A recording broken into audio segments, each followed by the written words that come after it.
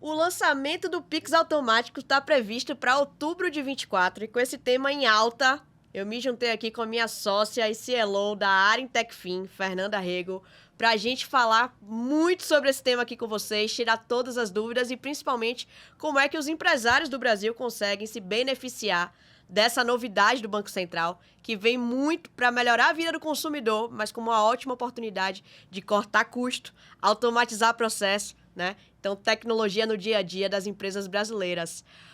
Que felicidade estarmos aqui hoje. Oi, Ti, obrigada. Adoro falar sobre esse tema, falar sobre o roadmap do Bacen. É uma coisa que a gente acompanha muito aqui na área, tentando sempre se antecipar, prever como fazer da melhor forma cumprindo o regulatório, da melhor forma para os nossos clientes. Então, acho que o Pix automático está aí com muita novidade, com muita oportunidade, batendo na porta, e vai ser ótimo conversar aqui com você sobre isso. Primeiro de tudo, eu acho que o que a gente mais escuta, né? Não sei se você concorda, mas o que a gente mais escuta é por que o Banco Central tá lançando um Pix automático, se o Pix já não é automático, né? Qual é a diferença dele para débito automático? A gente vai falar sobre isso tudo aqui, mas qual é o funcionamento desse tal de Pix automático da perspectiva da regulação? Ou seja, o que o Banco Central tá dizendo, né? Que é e deve ser, como é que deve ser esse funcionamento do Pix automático. Então, com a bola, você aí, para depois eu ver se eu consigo concordar ou se eu sou uma cliente muito difícil de convencer. Viu? Você é um cliente com certeza muito difícil de convencer, mas de uma forma bem simples, eu acho que a diferença é que as instruções de pagamento vêm do PSP do usuário recebedor. Então, essas instruções de pagamento vêm lá do PSP do usuário recebedor, o PSP do usuário pagador recebe e autoriza essa transação. E essa instrução ela é mandada ali de maneira recorrente. Então, ele é realmente mais parecido ali com o débito automático, apesar de ter as suas diferenças, que eu imagino que você vai bater bastante aí nesse tema. Mas ele é mais parecido com o débito automático do que com o Pix normal que a gente está acostumado, né? Então, o Pix eu vou lá, faço para você um Pix de R$10. E é isso, você não me solicitou esse Pix, nem nada. Não tem regras sobre isso ali, né? Exatamente. Aqui eu tenho um fluxo diferente. Então, o usuário recebedor me manda as instruções de pagamento. Há um fluxo aqui, uma jornada de autorização que os PSPs do usuário pagador devem obedecer ali, né? Essa jornada de autorização. Essa jornada de autorização cumprida, o Pix acontece e vai ali para o recebedor. Então, é um fluxo diferente do que a gente está acostumado, né? É totalmente diferente. E esse ponto é o ponto que as pessoas mais ficam na dúvida, né? E na verdade, é a maior diferença. Inclusive, já adentrando um pouquinho na diferença do Pix automático para o agendado, né? Então, para o pessoal de casa aí entender um pouco sobre isso, um pouco do que a Nanda quis dizer aqui agora, eu tenho uma empresa. E essa empresa, ela vai enviar para o usuário final, para o consumidor ali, né? Com todas as regras, você quer, né, que eu cobre de você todos os dias 5, R$39,90, sob tais e tais condições, e o usuário que vai pagar, ele só vai dizer sim ou não. Hoje, quando a gente faz uma transferência, a Pix, você vai lá, digita quanto é, pra quem é, bota a chave Pix. Então, você tem muito mais ações, né, Nanda, do que o Pix automático. O Pix automático, a empresa, ela vai lá e te oferta. Literalmente, ela te faz uma oferta. Você quer fazer isso, isso e isso, dessa forma, com essas regras? E aí, a pessoa física ali, ela vai lá e vai dar o de acordo ou não para aquilo se tornar uma regra, né? E o grande lance é esse. O grande lance é quem vai dar o comando, né? Que é a grande diferença pro Pix agendado, não é isso? É isso. Então, o Pix automático ele está muito mais relacionado a uma experiência de compra. Então, eu tenho ali uma compra recorrente, o meu usuário recebedor vai cadastrar isso, vai me mandar. E eu vou ali, na minha jornada de autorização, validar ou não aquilo. Obviamente que vão surgir aí novos casos, né? Então, provavelmente vão surgir casos de usuários recebedores enviando cobranças excessivas. E as IPs, inclusive nós, precisamos nos preparar para monitorar essas cobranças excessivas.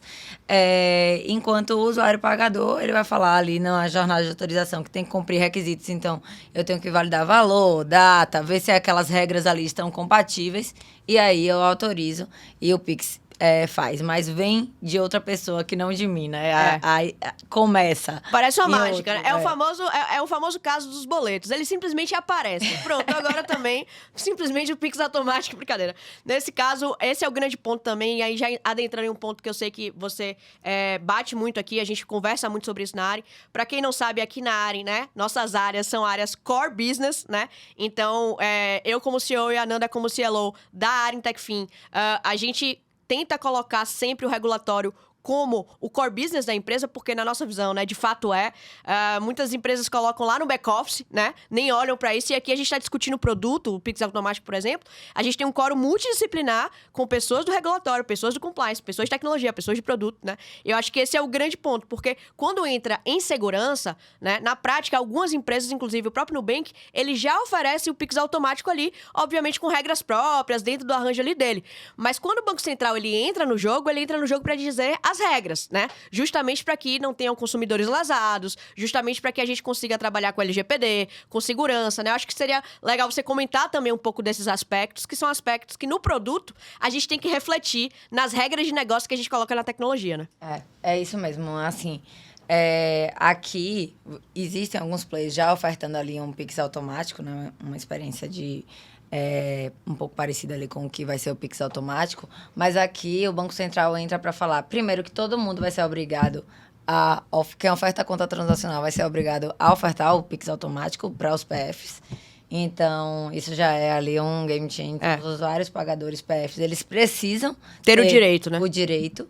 Precisam seguir as jornadas de autorização específicas do Banco Central. E ali o Banco Central, inclusive, traz uma penalidade. Ele já começa a trabalhar com multas para as instituições que não estejam adequadas e que não ofertem. Então, a partir de outubro, vai ser obrigatório todo mundo ofertar para os pagadores PF. E se não, quem não estiver ofertando ou quem estiver ofertando de forma incorreta vai estar ali já sujeito a penalidades. Então, é uma preocupação do Banco Central. Como eu disse um pouquinho antes, eu também estou muito atenta ali a como a gente vai desenvolver técnicas de monitoramento eficientes para cobranças excessivas. Então, cobrança excessiva, por exemplo, é um uso abusivo ali do Pix automático, por exemplo, se um recebedor fica mandando várias ordens para um pagador que não está autorizando. E aí... Tipo assim, a empresa, sei lá, a Netflix me mandou uma cobrança de R$20, né, por exemplo, e aí eu não dei o de acordo. E aí ela continua me mandando. Se isso acontecer, isso é uma cobrança excessiva, né? Então, ali, os players, eles têm que estar aptos a monitorar isso também, porque você não pode permitir ali a sua base de usuários sofrendo, digamos assim, sendo lesionada. Assim, perfeito. E aí entra um ponto que a gente sempre fala aqui também, da importância do regulador, né, do nosso regulador aqui no Brasil, ser tão presente no mercado, né? Porque na prática... Muito. Além dessa parte, ainda bem, que é muito presente, mas ele trazer isso, né, na verdade é uma proteção para o consumidor, né? Porque no fim das contas, a pessoa pode estar ali recebendo uma enxurrada de notificações, quando na verdade ela já disse que não quer, né? E que não foi isso que ela combinou, né? Bem interessante saber que vai ter essa cobrança, porque para quem não entende muito bem, nós, né, por exemplo, IPs, participantes do arranjo, temos que zelar para que seja feito o cumprimento daquilo que o Banco Central traz, porque, no fim das contas, a gente está mediando, entre aspas, uma relação entre uma empresa, né, entre um CNPJ e um CPF. Então, a Netflix ali, ela que vai comandar, né? Não é a Arin, por exemplo, enquanto IP, que está comandando. A gente constrói o mecanismo para que seja possível um CNPJ comandar isso e um CPF dar o de acordo, né? Mas, a partir do momento que a autonomia está no CNPJ, cabe a nós ter esse monitoramento justamente para que a gente não deixe as empresas fazerem mau uso do arranjo, correto? Exatamente. E tem algumas nuances ali já da regulação. Eles já alteraram, por exemplo, a instrução normativa que fala de limites. Então, eu vou ter um limite configurado para o Pix automático.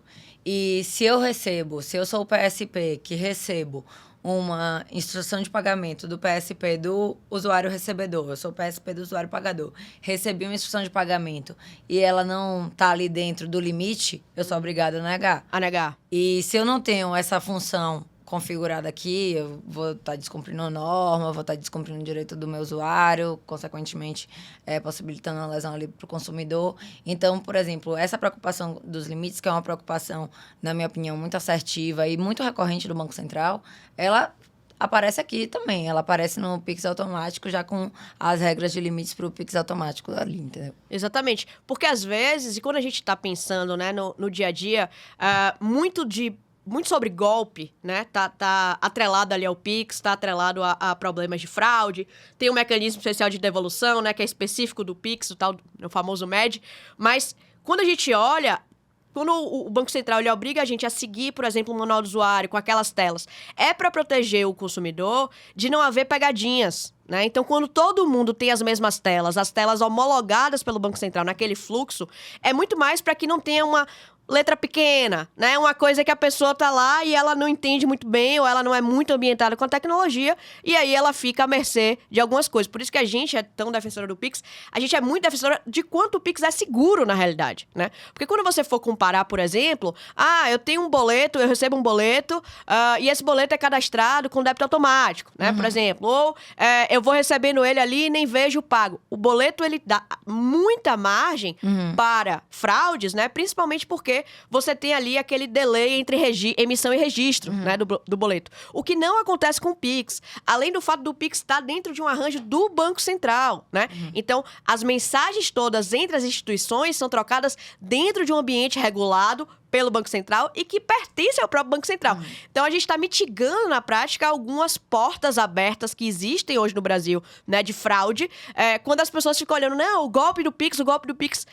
Cara, o golpe do Pix não se compara, né? E a gente sabe que existe bastante ali, infelizmente. Faça um Pix aqui, acontece tal coisa, né? Enfim. Mas não é sobre o Pix, aí são golpes, né? Não é o golpe do Pix, porque o Pix é, de fato, um ambiente extremamente seguro, né? A gente opera ele todos os dias, a gente sabe disso. E agora a gente começa a mitigar também alguns pontos de fraqueza do próprio boleto, né? Então, eu acho que esse é um ganho também substancial que a gente tem quando a gente olha para a segurança, né? Concordo. E, inclusive, tá falando aqui de Banco Central e SPI, tá também no roadmap do Banco Central desse ano o MED 2.0, que é o MED que vai possibilitar, falando aqui um pouquinho para quem não sabe o que é o MED, a gente chama ali do chargeback do Pix. Tá no roadmap do Banco Central, o MED 2.0, que ele vai identificar mais camadas. Então, eu fiz uma transação para você, era uma fraude. Você já passou essa transação adiante. Eu não morro na identificação só na sua conta. Eu vou nas próximas ali que se seguir. Caramba! Então, como o Pix automático, ele tá dentro do arranjo do Pix, ele também vai se beneficiar disso. Também se beneficia disso. Inclusive, não dá para você lançar a função do Pix automático sem ela estar ali adequada a todo o formato de tratamento de MED, solicitação, abertura de MED. Isso tudo se aplica também ao Pix automático e ainda até com alguns casos novos de MED, né? O Pix automático, inclusive, ali tem uma interpretação interessante que hoje, se você faz um MED e aí na sua conta já está zerada, eu não vou receber, tomei aquela fraude. Sim. E isso, obviamente, gera outras consequências, gera marcação de fraude entre as instituições de pagamento, no DICT, etc. Mas o consumidor nem sempre recebe o valor de volta, né? Se aquilo ali foi um golpe, uma fraude, enfim. No Pix automático, o PSP, ele vai ter que devolver, mesmo que aquela conta não tenha fundo. Então, isso também traz uma responsabilidade ali do PSP. Muito grande. De verificar os pedidos, as autorizações que ele tá... Os pedidos de Pix automático que ele está enviando para o usuário pagador, né? Porque se ele é complacente em enviar um pedido que, na verdade, é uma fraude, no final do dia ele vai ter que... Porque em tese, se ele tá permitindo isso, né? O Banco Central entende que ele está condizente com a fraude e ele deve arcar com a consequência. Exatamente. Né? Porque a gente tem que ser responsável também pelo arranjo, corresponsável também pelo arranjo. Exatamente. Muito bom. Um outro ponto sobre segurança também é a rejeição da transação pelo PSP do usuário pagador, né? Então, ele recebe a ordem e ele tem a obrigação de conferir ali aquelas informações. Então, no caso, a IP, o participante... O PSP, o participante do arranjo. Certo. A IP responsável, o EF, enfim. Sim. Ele tem ali que conferir se está dentro do limite permitido pelo pagador. Se ele não tiver, ele tem que negar. E isso é importante porque não necessariamente só o pagador vai verificar. Tem uma responsabilidade ali do PSP envolvido de seguir essas jornadas do Bacen e fazer essas verificações. Sim. Então, isso é importante. Um outro caso também, uma outra curiosidade, na verdade, é que quando a gente fala de média, além agora da responsabilidade do PSP, ele restituir com recursos próprios se a conta não tiver recursos e for uma fraude, o Banco Central abriu novas possibilidades de MED. Então, o próprio PSP do recebedor, que gerou a ordem, que mandou a instrução de pagamento, se ele identificar que é uma situação fraudulenta, Sim. ele pode abrir o MED. A instituição pode abrir o MED. A instituição pode abrir o MED. O próprio pagador, que aí já era o caso tradicional, Sim. pode abrir o MED. O PSP do pagador também, se identificar que as informações têm divergência, pode abrir o MED. Então, há uma ampliação ali Total. de leques do MED para a segurança e, inclusive, vai ser um diferencial competitivo entre as instituições que fornecerem isso para o usuário, porque vai fornecer o melhor serviço a instituição que tiver esse monitoramento desses padrões, a tecnologia mais segura, mais assertiva. O que entra muito na pauta, né, que é muito conhecida já no âmbito de produto da IA, né? Então, quanto mais inteligência artificial a gente conseguir incutir, né, que é uma coisa que a gente tem que ir forte na área para 24, e treinar ali, mais a gente consegue ser preditivo, mais a gente consegue cruzar esses dados, né, e saber de comportamentos anteriores, né? Então, as pessoas às vezes acham que conseguem fazer fraudes à torta direito, sendo que tem marcação no DICT, né? A gente já sabe quais são os CPFs que estão marcados no DICT. Então, a gente aqui, enquanto IP, a gente consegue, ampliando ali nosso leque, obviamente, de treinamento de machine learning e outros aspectos que a gente consegue incutir, se diferenciar no mercado, né? Exatamente. Que é um ponto importante, porque às vezes a gente esquece que segurança, no fim das contas, né, principalmente para grandes instituições e para grandes clientes, né, no caso da Aren principalmente, a gente tem a obrigação de também prestar um serviço de segurança. Né? Não, é crucial. Assim, a depender de quem seja seu interlocutor, talvez isso seja o principal ponto para ele. Se for assim, quanto mais estruturada, mais madura a empresa, mais, inclusive, ela vai valorizar esses aspectos de segurança. Então, quando você está conversando com big players no mercado, não adianta você ter um ponto de segurança ali muito forte. Então, por exemplo, em minha visão, né? Eu sou o PSP ali responsável pela conta dos usuários de um usuário pagador. Eu recebo uma instrução de pagamento de um Pix automático com um recebedor que ele nunca teve nenhuma relação. Sim. Não é normal, né? Então, assim, eu vou fazer aqui um Pix automático para uma academia. Provavelmente ele já fez algum outro pagamento para essa academia anteriormente. Então, e eu consigo puxar pelo histórico. E você consegue puxar pelo histórico. Então, IA, análise de dados, sistema de fraude e monitoramento, tudo muito bem alinhado aí. Porque, não só porque vai ser um diferencial competitivo, porque vai... não só porque é muito importante para a segurança, porque com certeza mas também porque está na norma. O Banco Central é regulatório. É regulatório. Assim, ele vem dizendo no Pix automático e nos outros pontos aí que vão vir para 24, gestão de limites. A gente começa a falar aí de MED 2.0, né, como eu comentei antes. O Banco Central, ele está ali muito preocupado com esse ponto da segurança. Claro, ele está olhando para limite, ele está olhando para média, ele está olhando para rastreamento de transação. Então, ele está falando isso de forma mais clara, mas a responsabilidade pela segurança sempre foi de todos os participantes do arranjo ali, de seguir a norma. E eu acho que isso está ali cada vez mais evidente. E com o Pix automático isso vai ficar mais forte ainda. E quando a gente olha, né, fazendo...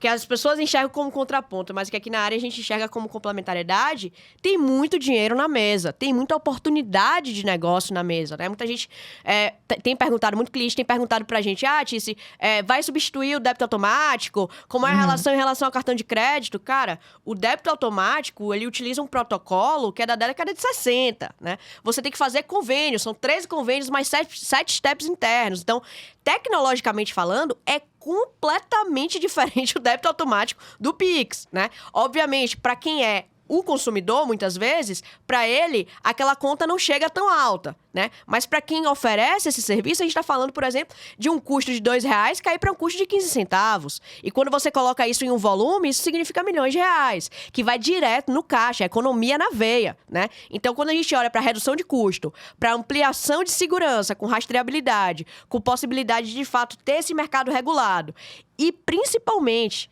53 milhões de brasileiros hoje não têm acesso a crédito, né? Então, quem que tem acesso hoje eu sou uma empresa que vendo alguma coisa por recorrência, por assinatura, né? De alguma forma ali.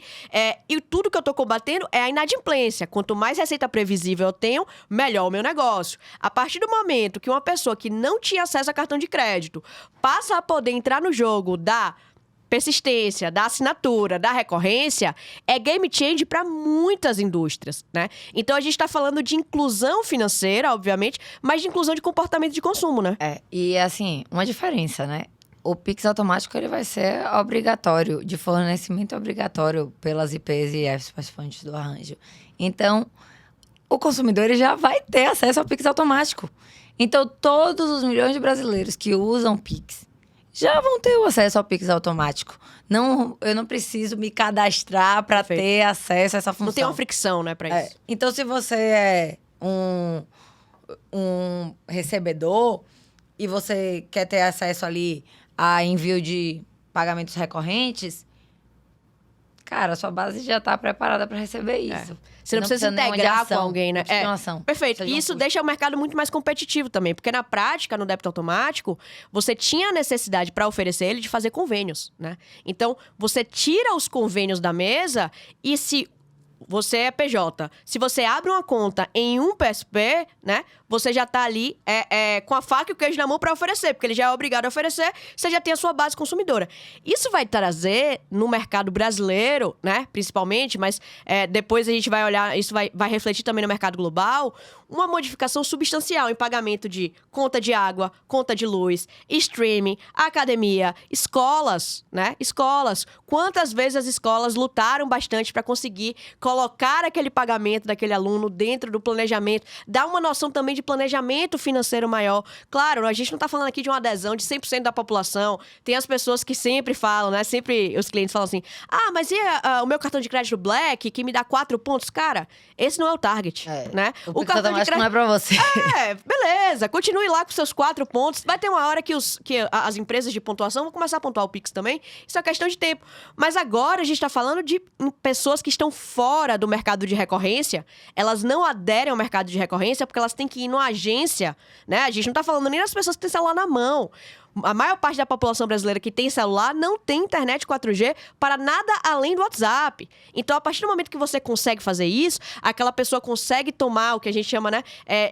Agora tenho alguma coisa que eu vou fazer todo mês, né? Então, eu consigo ter ali responsabilidades. Eu vou assumir uma responsabilidade de um custo, mas eu não preciso pegar um barco, atravessar, ir numa agência para fazer o pagamento daquele boleto para não ficar inadimplente, né? Então, tem mudanças no nosso país que são tão substanciais e as pessoas estão falando de quantos pontos eu vou ter ou não vou ter no meu cartão de crédito, né? E eu gosto também de um ponto que eu acho muito interessante, tanto para o recebedor quanto para o pagador, quando eu olho para Brasil, que é a gestão financeira da coisa. Então, para o recebedor, obviamente, ele tem ali uma facilidade de previsibilidade financeira. Total. Que para ele não é tão fácil hoje. E para quem é o pagador, e ele tá ali concentrando tudo no Pix automático, ele consegue fazer ali a gestão dos seus limites, a previsibilidade de quanto já tem cadastrado, de quantos Pix automáticos ele vai ter no próximo mês, ele vai realizar no próximo mês. Já entra no ponto de produto, né? A facilidade, vai ter gente que vai criar 3 telas para ele poder dar de acordo, mas pode ser só um checkbox, né? Pode ter um resumo de o que é que você já tem ali todo mês. E aí a gente começa a ajudar o brasileiro a organizar a vida financeira dele, né? E um ponto importante que também as pessoas ficam com medo, se eu falar que eu quero o Pix automático, eu posso cancelar? Pode, né? Existe toda uma regulação para isso, existem as regras do cancelamento do Pix automático. Então, não é uma coisa que, meu Deus do céu, e se eu não tiver dinheiro depois, e se acontecer tal coisa. O Banco Central é o Banco Central, gente. Ele tá, né? A norma, ela traz todos os casos de uso. Então, a gente falou aqui de alguns casos de uso, é possível cancelar, tem impacto completamente no débito automático, tem impacto no cartão de crédito, nos próprios boletos. Então, aos poucos, a gente vai ampliando a adesão e ampliando principalmente o ponto do consumidor no centro de tudo.